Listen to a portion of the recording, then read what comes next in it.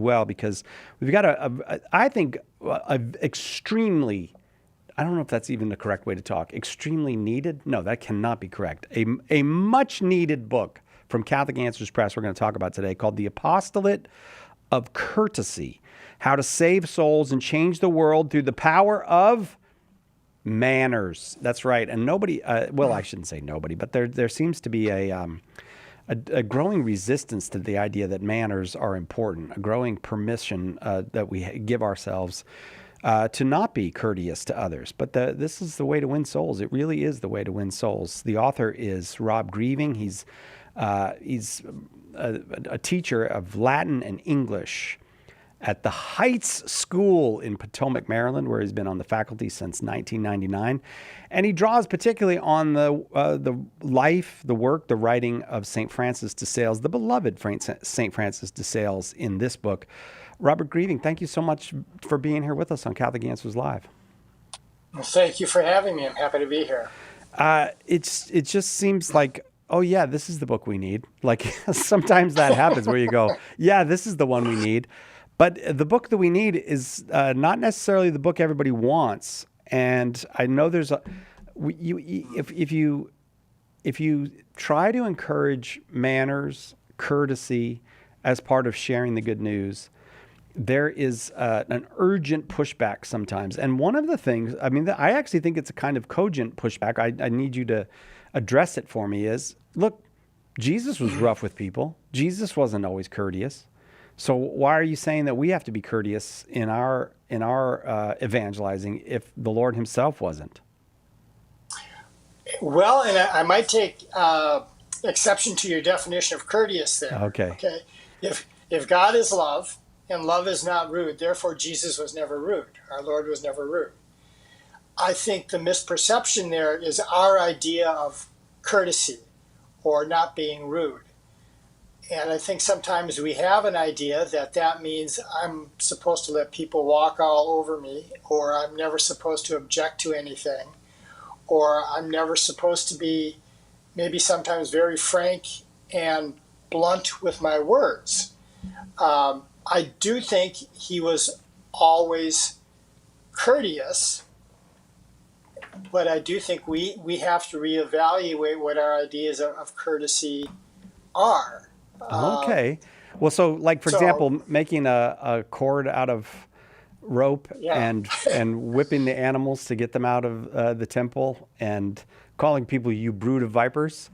Tell me about that. That's not rude. Okay, I knew that was coming up. Well, you could feel that one coming.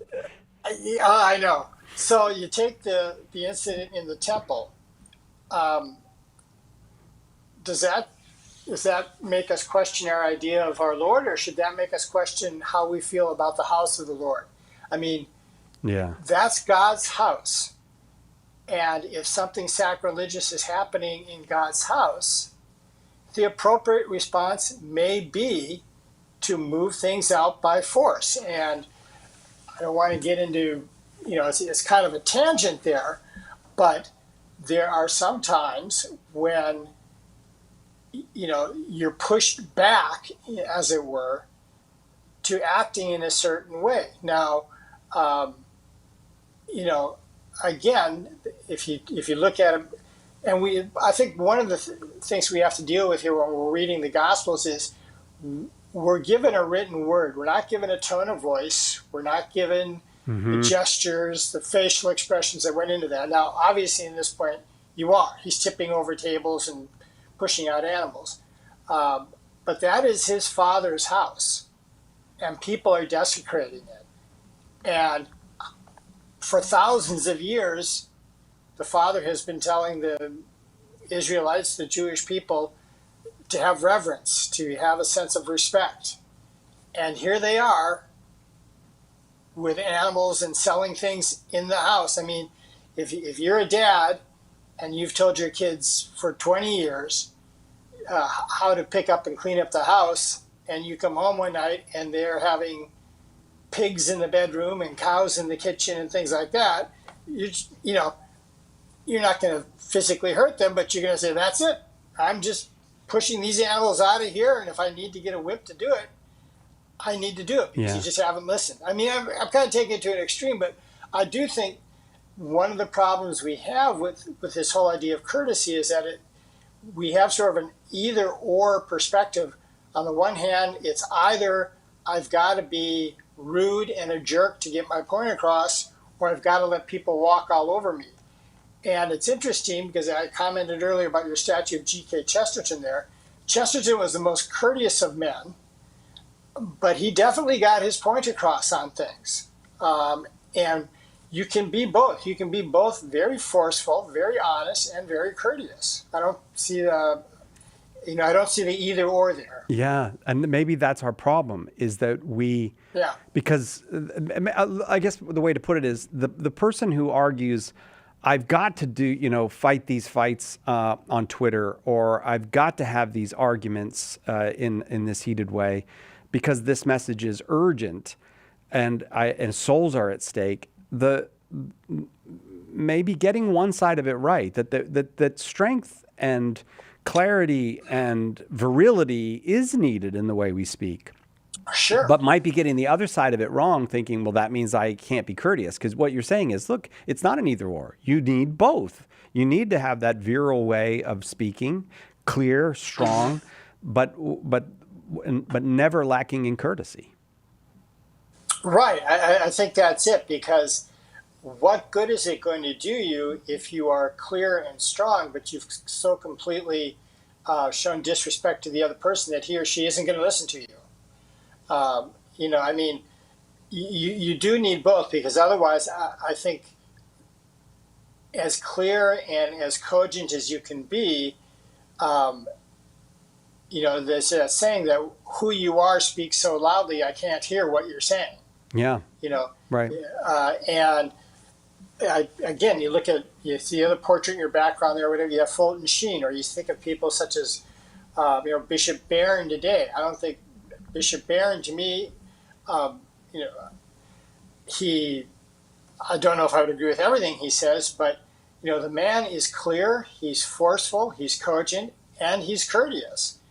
And that's kind of I think the response we need to people, because when you respond like that, people are much more apt to listen. Yes, that's the thing, especially once the defenses go up, it's very hard to right. It's very hard to have a communication. I was very struck by what you said there. You reasoned from God is love, that is the first letter of John, and the first letter of the Corinthians, St. Paul's first letter of Corinthians, love is never rude. And you put these things together in a way I have never heard before, it's unassailable logic. Therefore, Jesus was never rude. He never was. So we cannot look at his act and say, well, his actions at any given time and say, well, that was rude. It was not. It was appropriately courteous in every situation. Yeah, the actions were appropriate to the situation there.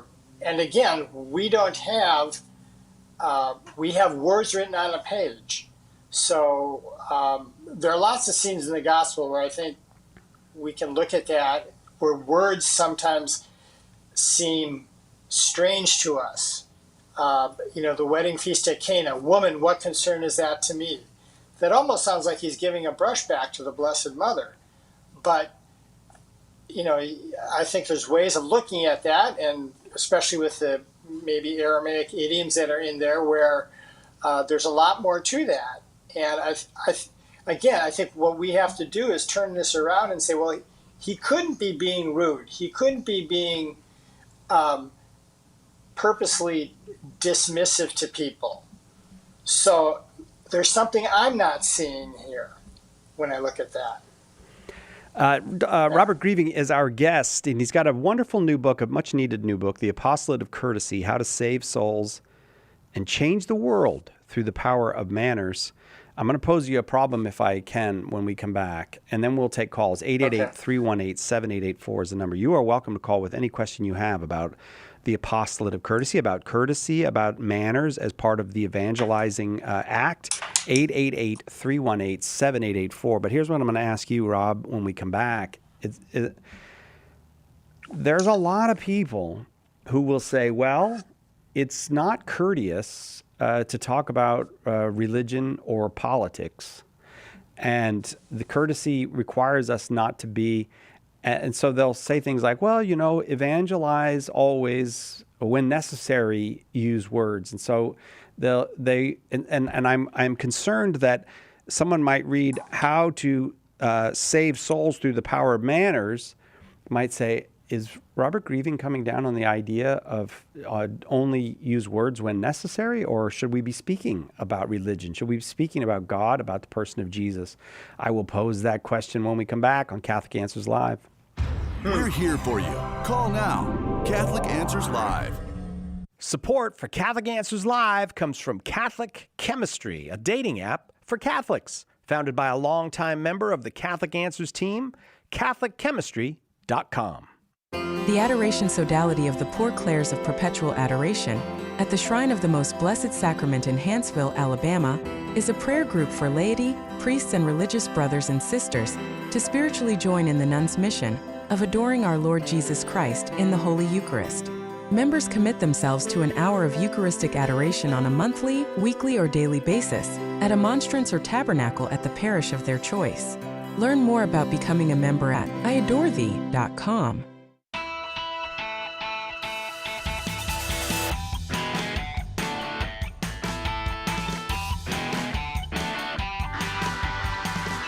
Welcome back, Catholic Answers Live. Everywhere you go, manners seem to be drying up, and people seem to be brittle with impoliteness and defensiveness and all that kind of stuff. It's certainly the case that a lot of that goes on in what's sometimes called Catholic Twitter, or the Catholic online discourse. We see a good deal of that. And into that very difficult situation we are in with the decline of manners comes this beautiful book, The Apostolate of Courtesy, How to Save Souls and Change the World Through the Power of Manners. If you'd like to talk about courtesy and evangelization, 888-318-7884. Robert Greving is the author of the book, new from Catholic Answers, and Robert Greving is our guest this hour. And so I want to confront you with the question I had before, which is, can I convert the world just by the power of my manners without having to speak about the person of Jesus Christ? That is, can I just evangelize through the loveliness of my actions without having to use words? Probably not. I think at some point you're going to have to speak, but what's going to draw people to speaking to you or to listening to you are your actions. Yeah. I think a good example here is, and I have to shout this out, is my wife. Okay, so I dedicated the book to my wife because I think she lives this. And she works a lot with the Gabriel Project, which is helping women facing unexpected pregnancies. And I remember one time we were going through the checkout line at the local supermarket, and she always makes a point of just being very cheerful, very friendly to people. How's your day? How have you been? You look like you've been having a bad day. Anyway, so at the checkout line, we had the same cashier that we had a few times, and the lady started talking about another young lady that she knew who was facing an unexpected pregnancy. And my wife just kind of jumped right in there and said, well, I work for an organization that deals with that. How can I help with that? And it gradually there's a little religion talk in there, but of course, you're going to have to, at some point, maybe bring up the subject of our Lord and the faith or what have you. But again, is how receptive are people going to be to that if you're just not a likable person in some way, shape, or form? Yeah. So it's not an either or. It's a both and. Right. But it's a very Catholic answer, to say it's a both and. Because we Catholics, we love that. We're raised on that. So there's a kind of a sweetness of personality, maybe not personality, but of a way of being good and kind and thoughtful that really has to precede anything you say, or else what does anybody care what you say? If you're a horrible, You're right. a horrible person, so then, or not even a horrible person, maybe just a miserable person, a person that brings misery where that person goes. So since you call the book The Apostolate of Courtesy, let me ask you this. What is it? What is the Apostolate of Courtesy? What does that mean? It's the idea. Okay, so what is apostolate? Apostolate is spreading the good news of Jesus Christ. It's spreading the gospel. It's spreading the Catholic faith. And that has to be done with our whole person. It can't just be done with our words. It can't just be done with our actions, in a sense. But it involves who we are. I mean, our physical being, right? It involves how we speak to people, how we act, the gestures that we use. And again, I think if you look at a lot of saints, people like that, I'm sure we've all met people like this, right? You meet somebody and you just think, gosh, there's just something about that person. He or she is always joyful, or she's always calm. I would really like to get to know him. It may have nothing to do with religion. You may not even been a religious person at the time. I can think of instances where the idea of faith or religion was not nowhere close to my mind. But wow, there's something just special about that person. And as you get to know that person, you realize that there's a deep faith behind it. And so what I mean by the apostolate of courtesy is this world right now is, at least to me, so fractured and so at odds with one another that you're trying to do too much if you start out with preaching the faith right away. People just aren't there anymore. Saying hello to somebody today can be a great act of courage. It's a challenge. I mean, to look someone in the eye and, hi, how are you doing? And listening. So as I say in the book, we want to have a Christian civilization out there. We don't even have a civilization out there. Right. And so you need to start at that ground level of where, yes, I want to get to the point where you and I can talk about the faith and Jesus Christ and all those things. But first of all, I just want to talk to you. I want you to talk to me. Or I just want to be nice. It's a kind of, maybe that term's not right. I want to be on the terms of relationship with you where we're not looking at each other suspiciously, or that we can at least, if my son wants to go over and play with your kids or something like that, there's not any kind of dark cloud hanging over it. I mean, it's just something where this apostolate is, again, think of the first Christians in early Rome. Yes, I'm sure they went out and talked about the faith, but I think it was Tertullian who said, see how they love one another.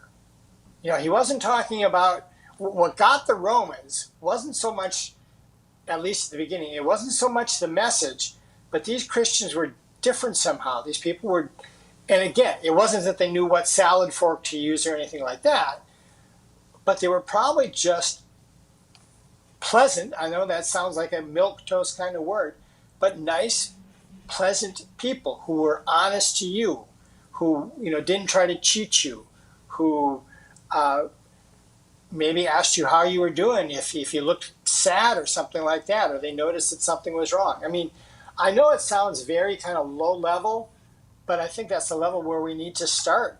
Yeah. In a lot of ways. Yeah. Yeah. That it does. Like I even noticed you almost editing yourself away from the word nice, but in the world, like meeting a nice person is such a relief, especially these days. I think we sometimes act like, the gospel is this big, complicated thing that needs some kind of, I don't know, that it's got to be so much more than being nice. And of course it is so much more than being nice, but it can't ever be less than being nice. It can't be right. So I wonder what you think of the parish then. What's your take on the, courtesy in the parish? Because I think one of the complaints about Catholic parishes is sometimes people find them cold. They find that they walk in and nobody greets them, and there's a kind of, come if you want, but we're doing this with you or without you. Yeah, it's kind of, and this gets into a kind of another area. Part of it is that I think a Catholic parish isn't, and I'm going off on a theological limb here, is in some ways different than what you would say from a Protestant community or whatever, because, and I'll get back to maybe the heart of your question here. The parish is where we go to for the sacraments, or especially for Mass, and Mass is the sacrifice of our Lord, okay? It's not originally meant to be sort of like, I don't see. I'm getting out on a theological limb here. It's not meant to be kind of like our own little social group. Yes, I see what you're saying. Yeah. Yeah. So it doesn't lend itself to that right away because there's something very important going on. Yeah. There are other reasons why we are there other than just to get together with one another. Now, that having been said, these days I do think it's very important as we get kind of isolated in our culture that we need places like that. And where I think we have to strike the right balance is, on the one hand, you have to reach out to people, noticing new people at the parish, noticing the people you sit with. At the same time, I tend to be, just by my own personality, someone who does not like things to be official. I don't like it where it's, everybody turn around, meet one another, shake your hands, introduce one another, exchange text numbers and things like that. So I think it has to be something where you take that on. And this is kind of what I talk about in the book, where courtesy is, one way of defining courtesy is just simply an awareness of a lot of things. Being aware of people around you. So we all tend to go, I think, if you go to Mass every Sunday, you tend to go to the same Mass or whatever. Just look around. Who are people that you see, okay? And try to be aware of that. And maybe if you don't know that person, you can introduce yourself. If you see somebody new, introduce yourself. Nothing may come of it. That's not the point. The point is you're just trying to maybe, again, if it's somebody new, well, okay, you're new to the parish. I've been here 5-10 years or whatever. Let me know if there's something I can do. You don't have to be on the official welcoming committee to do that. But we do have to kind of get over that reluctance, I think, with that. And again, the whole point, it can be a mortification. It's an effort to do it, but that's what spreading the gospel is. It's an effort. One of the things that really attracts me about your book is, and I'll ask you about this chapter, deportment, demeanor, and moods, that we really, this is about taking some responsibility for the whole thing not being about you, but what I'm getting from your book, or what is almost the invitation to, it's a very theologically grounded invitation to turn from yourself, your own moods, your own whatever, and turn towards making the moment bearable, pleasant, maybe even enjoyable, inviting for the other person. Am I getting the right message? Yeah, no, exactly. And that's, in my book, I base a lot on Francis de Sales. And some people, if you ever read Francis de Sales, he can sometimes come across as almost too nice. It's sometimes like what some people say about Saint Therese of Lisieux. It's always like, oh, she just so. But when you read him and you start trying to put these things into practice, it's hard. Yes. Right. I mean, I would much rather. I'd much rather fast for 24 hours than try not to raise my voice in class. Or to smile at the person who really annoys me inside. or to get over that bad mood that I'm in because of the traffic that morning, and I'm late for class, the weather's bad, whatever. Mortifying those inner things. That music means we got to take a quick break. You're welcome to call. We're talking about the Apostolate of Courtesy, how to save souls, change the world through the power of manners. Robert Greving is the author. I know some of you are being a little bit passive-aggressive right now. You're going, I'm going to get that and give it to Father so-and-so or Sister so-and-so. We'll talk about that right after this. Want to be a more powerful witness for Christ? One of the most powerful evangelization tools you can acquire is, in fact, courtesy. The Apostolate of Courtesy is just the message the church needs in this time of diminished social grace. Inspired by St. Francis de Sales, author Robert Greving shows how everyday manners, whether in conversation or emails, can make us powerful witnesses for Christ. Get the Apostolate of Courtesy today at shop.catholic.com. Why do Catholics pray to dead people, bow to statues, venerate relics? And where do we find any of this stuff in the Bible? In the delightful book, The Saints Pray for You, Dr. Carla Broussard convincingly defends the ancient Christian belief rooted in Scripture that the saints care for us, that they're our allies. Order your copy of The Saints Pray for You today at shop.catholic.com or ask for it at a good Catholic bookstore near you. The stigmata, the appearance of Christ's wounds on ordinary believers. Is it real or fake? What's the evidence? And if real, what could God's reason be for causing this? In God's Wounds, author John Clark offers what may be the most thorough, honest, and faithful reckoning with the stigmata ever written, examining the evidence and making sense of it both medically and spiritually. Order God's Wounds today at shop.catholic.com or ask for it at a good Catholic bookstore. Feeling stuck? Feeling like you are not sure what's next? Well, you can be sure of this. God is not finished with you yet. In his new book, Not Finished Yet, Dr. Marcus Peters shares a powerful message of hope, healing, and transformation in Jesus Christ. Read it to discover how to overcome struggles, embrace grace, and step into the life God is calling you to. Get Not Finished Yet today at shop.catholic.com or at a good Catholic bookstore near you.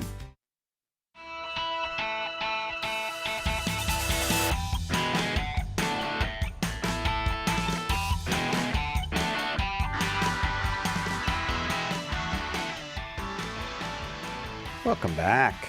Catholic Answers Live. I am Cy Kellett, your host. Our guest, Robert Greving, has a beautiful new book out called The Apostolate of Courtesy, How to Save Souls and Change the World Through the Power of Manners. This might be a good summer read. I mean, I think all of us, we need a reset from time to time on what we were just talking about. There's a great chapter in here on our demeanor, our moods, our deportment with other people. And I know that I certainly do, and I think most of us do. So this would be a good one. Maybe it's summer, if you've got a little time to do a little reading. It's a very, very readable book. Robert is a very fine writer, and it's a very readable book.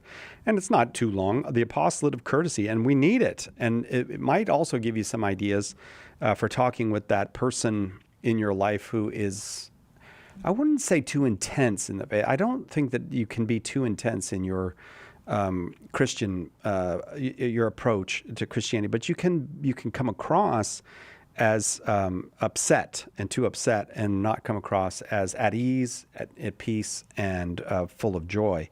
So you might read the book and then say to somebody else, hey, I loved this book, and let me share it with you. You know what? Who I think is going to love this book is pastors. Hey, staff, I bought you all a copy of the Apostolate of Courtesy. This is what we're going to be doing here at the parish, and work on that. I don't know if you have a reader in mind, Robert, but I don't know. What do you think of my idea? Give it to the whole parish. I don't think that the parishioner should go up to Father and go, "This is the perfect book for you, Father." But yeah. Yeah, I suppose it's one of those books you got to be careful whom you give it to, because you don't want to. Yeah, right. I actually do have a priest in mind. I know a priest I would like to give this book to, but I'm thinking, how could I do it? But I don't know, maybe leave it out on your coffee table when you invite them over for dinner or Right. something like Right. that. Yeah. Yeah. I mean, it's a tough sell. I mean, it's mostly something where maybe you need to read it first and say, how does this apply to me before I start giving it out to other people? Yeah. Come on, man. That's being hard on me. I don't like No, conversion for. not you. Oh, not me. Okay, Yeah. all right. Because I have conversion for everyone, but I'll go last. I believe Yeah. everyone needs that level of conversion. You have a chapter in here on conversation, and it's amazing to me that we as Christians can sometimes be sour in conversation. And I'm shocked at myself sometimes when I reflect on the gifts God has given me. And the fact that I'm like, why didn't I make the other person happy? Why did I have to be sour in that conversation? So tell me about what you've got here in the book on conversation, about how to get better at it as a Christian. Yeah, well, I think a lot of it is just what you just said. It's being, again, we go back to this idea of being aware of the situation. And if I'm in a bad mood, then I got to practice that mortification of get out of it. I'm not here for me. I'm not here to tell other people how bad the world is. They probably already know it. And, depending upon the conversation, if you're just at a party or you're sitting down to have lunch with somebody, you just ask them, how are you doing?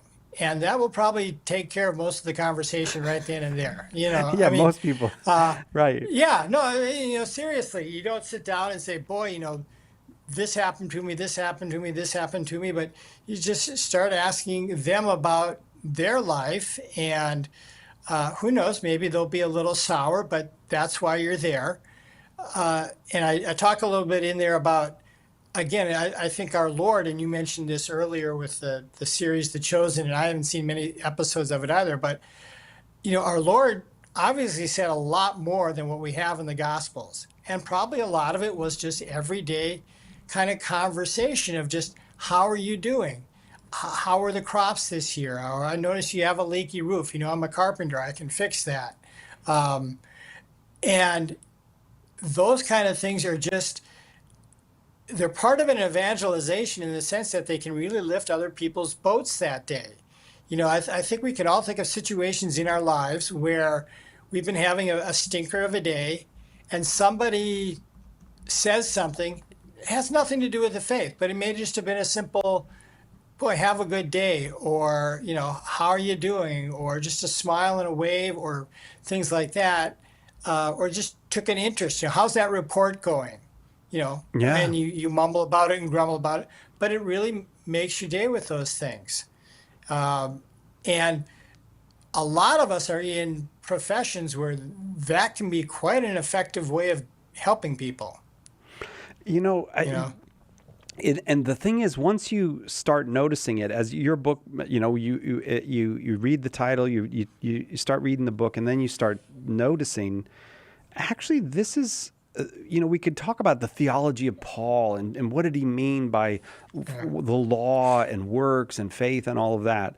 But most of what Paul writes is, this is one of my favorite lines of Paul. Therefore, encourage one another and build each other up. Yeah. And so we can argue about all the other stuff, but we don't do the basic thing that he tells us to do, that at a certain point, you start to notice, oh, the New Testament is mostly about my behavior and the fact that I'm judging people too much, I'm gossiping too much, I'm acting immorally too much, and I have the opportunity to encourage other people and build these other people up.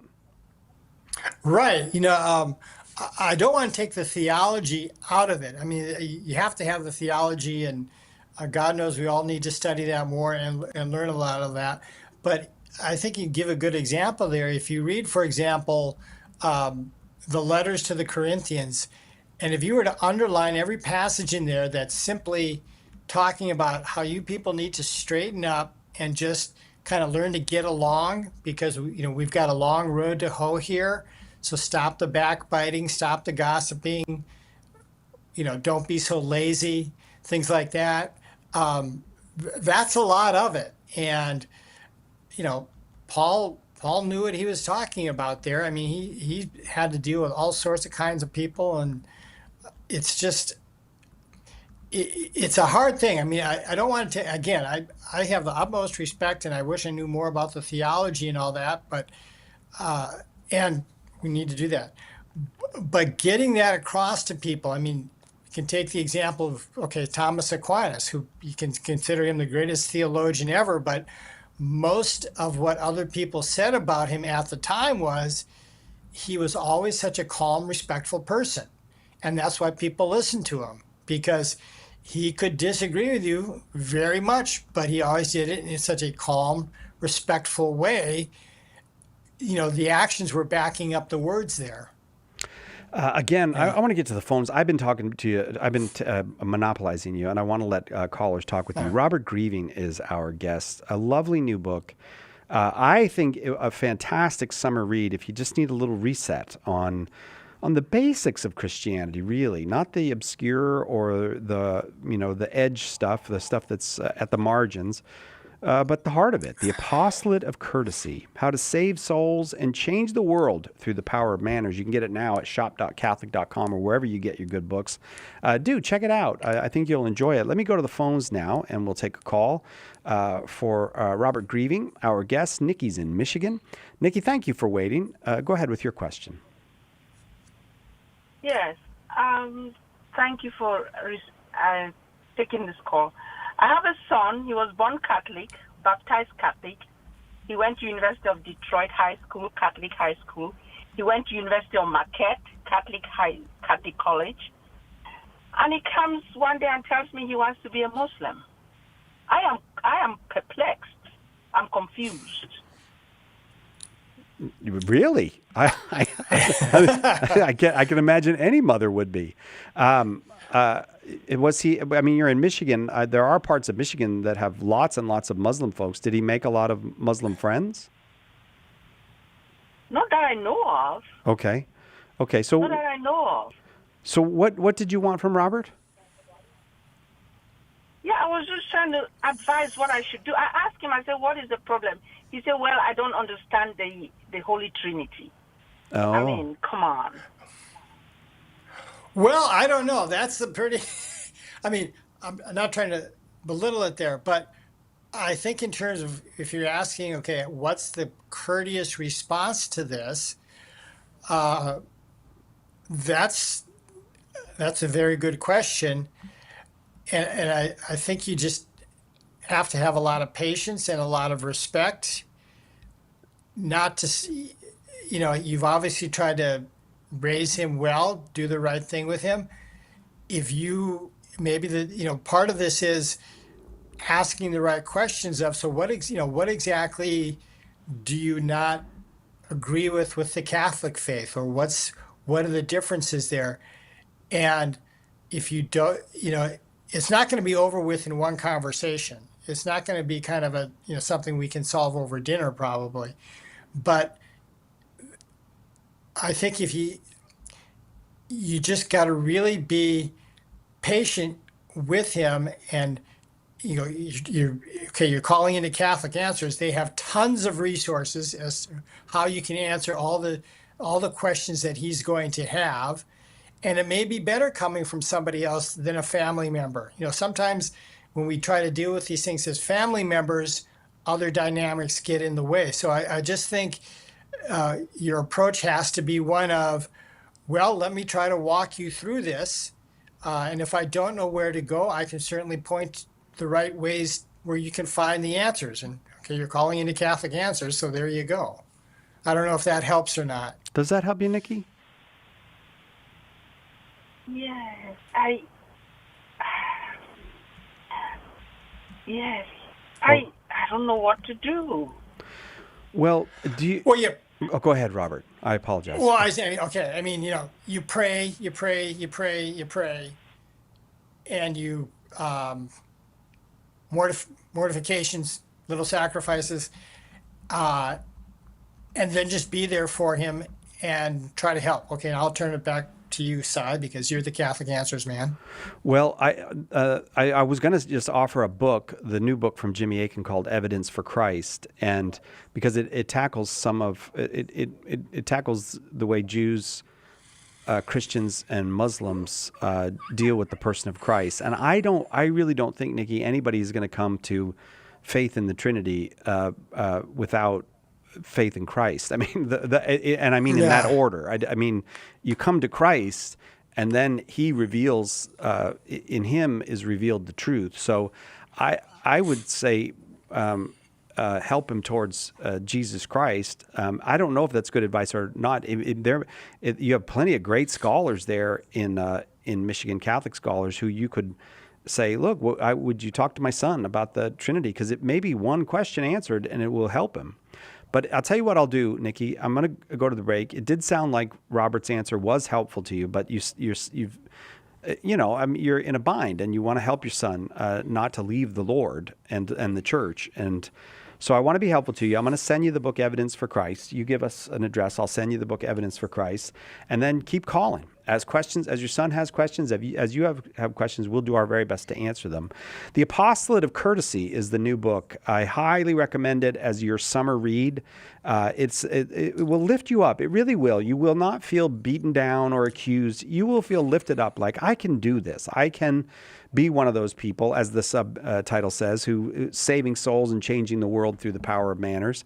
And I am convinced that Robert Greving is exactly right about all of this as the key to evangelization. Hang on, we'll get more calls and questions. Yours are welcome as well. 888-318-7884. Hello, this is Archbishop Salvatore Cordileone of San Francisco. Keep your dial tuned to Catholic Answers Live.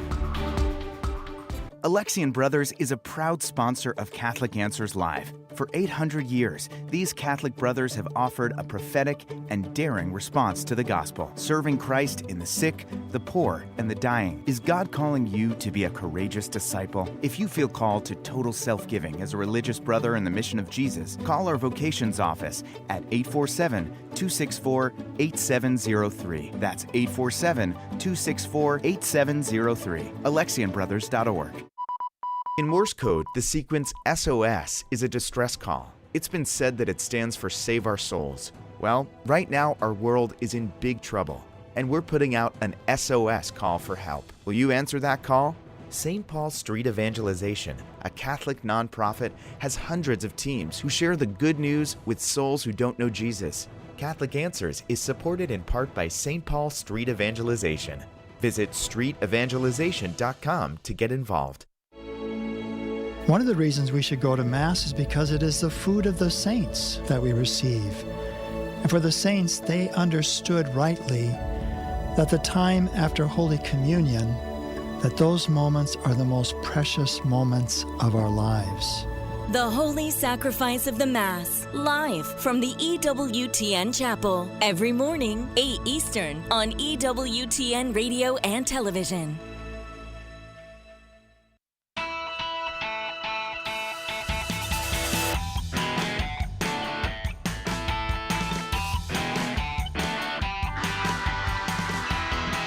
Welcome back, Catholic Answers Live. Okay, I'm going to let you finish whatever that sentence was now. We were talking during the break, and I was saying how much I thought this book was needed. I really do think it's a needed book. And I do think one of the things, I'm so glad you drew from, I guess, your patron or your hero, St. Francis de Sales, because there is it's not just a book about, hey, you need to have good manners. It's a book about how to be the person who is going through the world like Christ went through the world. That's the way I read it. Right. And Francis de Sales was definitely that type of person. And he was a very interesting man. You know, he lived at the time of the Counter-Reformation, and he moved in all sorts of different circles of life. At one point, he was the bishop of actually Geneva, Switzerland, but he never lived there because the Calvinists had it. But he was noted for just listening to anybody, whether it was a farmer or a peasant, all the way up to being, at one point, he was at the court of the king in France, sort of like, you know, being the bishop of Washington, D.C. or something like that. and he had everybody's ear, but people just remarked about how he always was the same to everybody. He had that gift. I mean, I've heard people say it of Mother Teresa, that when she looked at you, you were the only person in the world to her. Yeah. And again, that's what's going to draw you to that person and to Christ. Kind of what I was saying before, as the break started there, was when people read this book, no one's going to say, wow, that's something I've never thought of before. Okay, there's really nothing. I mean, I want people to buy the book. Sell some books here, Robert. Come on. No. But I think the reason why, at least the positive reaction that I've had from people about it, is simply that it's touching a nerve out there. Yeah.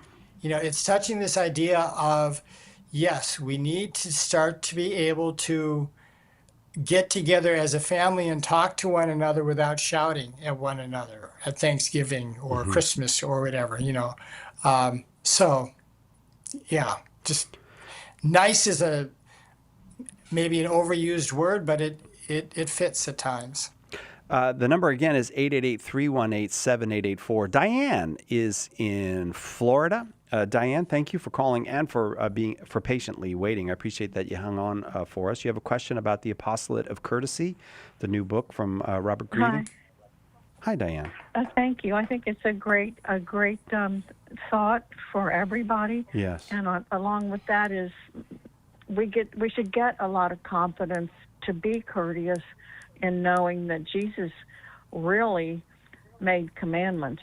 He did never invite us to do anything. I've looked through the New Testament to see where he asks us to do something or ever said please, and I don't think he ever asked us to do anything. What he did was told us what we're supposed to do. And then since we know the buck stops with him, he does it. He told us what to do. We don't have to tell anybody what to do because Jesus already did that for us. So all we have to do is relax and not get excited, not get upset just with do anybody, but just realize if he wants it done, it'll get done. But he didn't ask us. Like I invite people to come to church, or I should invite people to come to the Bible study with me.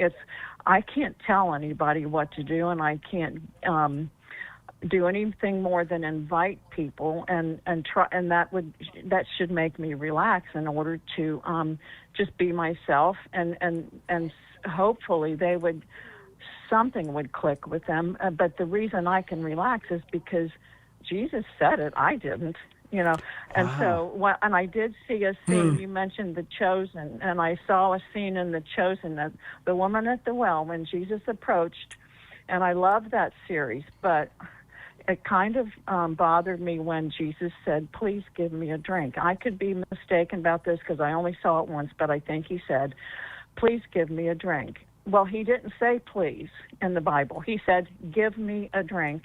And when he said, eat my body and drink my blood, that's what he said. He didn't say, try this, and I invite you to come to dinner and have a meal with me. He said, do it. Yeah. Let's let Robert respond, Diane. Go ahead, Robert. What do you think? Well, no, Dad, I think you made a point earlier in your remarks there about going out there and doing this. And at one point in the book, I talk about different virtues that you need just to be courteous. And one of those is courage. It takes a lot of courage these days to be courteous because the whole atmosphere out there is against that. So, your ideas of having the courage to invite other people to Mass or to invite them to your Bible study. You're right. What was Mother Teresa saying? God doesn't ask me to be successful, only faithful. So you have to have that courage to do those things.